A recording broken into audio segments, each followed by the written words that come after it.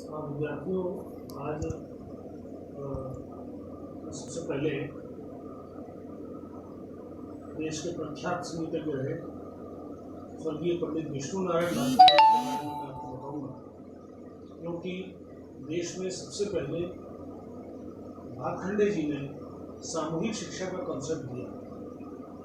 वो ये चाहते थे कि संगीत शिक्षा कुछ हाथों में या कुछ घरानों में सिमट के न रह जाए, बल्कि ये शिक्षा आम जन को भी सुलभ हो। इसलिए उन्होंने इसके लिए अथक प्रयास किए। जिस समय उनका जन्म हुआ सन 1860 में बालुकेश्वर में, मुंबई में, उस समय सारे देश की परिस्थिति बहुत खराब थी। देश गुलाम था, अंग्रेज़ों के गुलाम हो गया था लगभग पूरा देश, और भारतीय संस्कृति नष्ट की जा रही थी। तो संगीत के ऊपर ध्यान देने का प्रश्न ही नहीं उठता था। ऐसी विषम परिस्थितियों में पंडित विष्णु नारायण भातखंडे जी का जन्म हुआ और उनकी संगीत की प्रारंभ से रुचि थी।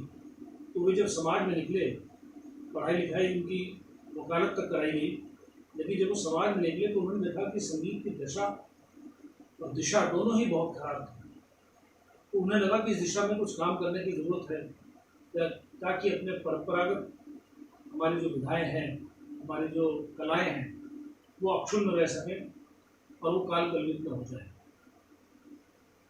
पंडित भातखंडे जी ने युवा अवस्था से ही संगीत के क्षेत्र में कार्य करना प्रारंभ किया।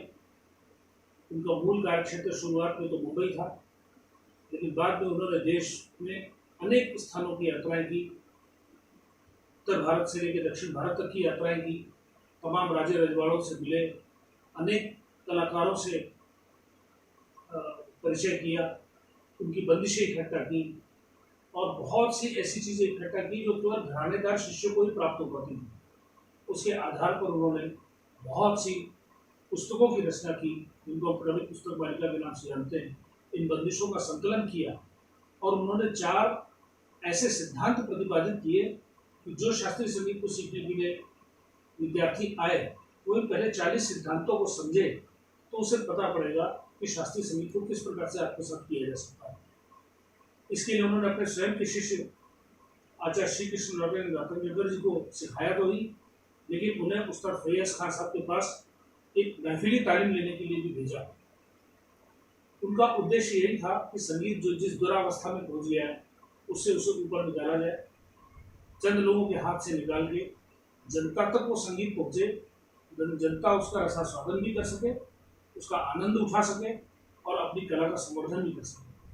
इस दृष्टि से उन्होंने अथक प्रयास किए और देश में 1916 से लेकर 1920 तक 5 बड़े अधिवेशन, जिसमें बड़ौदा में, लखनऊ में, दिल्ली में, बनारस में अधिवेशन कराए और इसमें देश भर के सारे संगीतज्ञों को, बड़े बड़े कलाकारों को, विद्वानों को, शास्त्रकारों को आमंत्रित किया और संगीत संबंधी विभिन्न चर्चाएं कई दिन तक हुई, जिससे रागों का स्टैंडर्डाइजेशन हुआ, रागों का समानीकरण हुआ, जिससे कि मतभेद न रहे कि इस राग को किस तरह से गाया जाता है, उसके मुख्य फिर क्या होता है।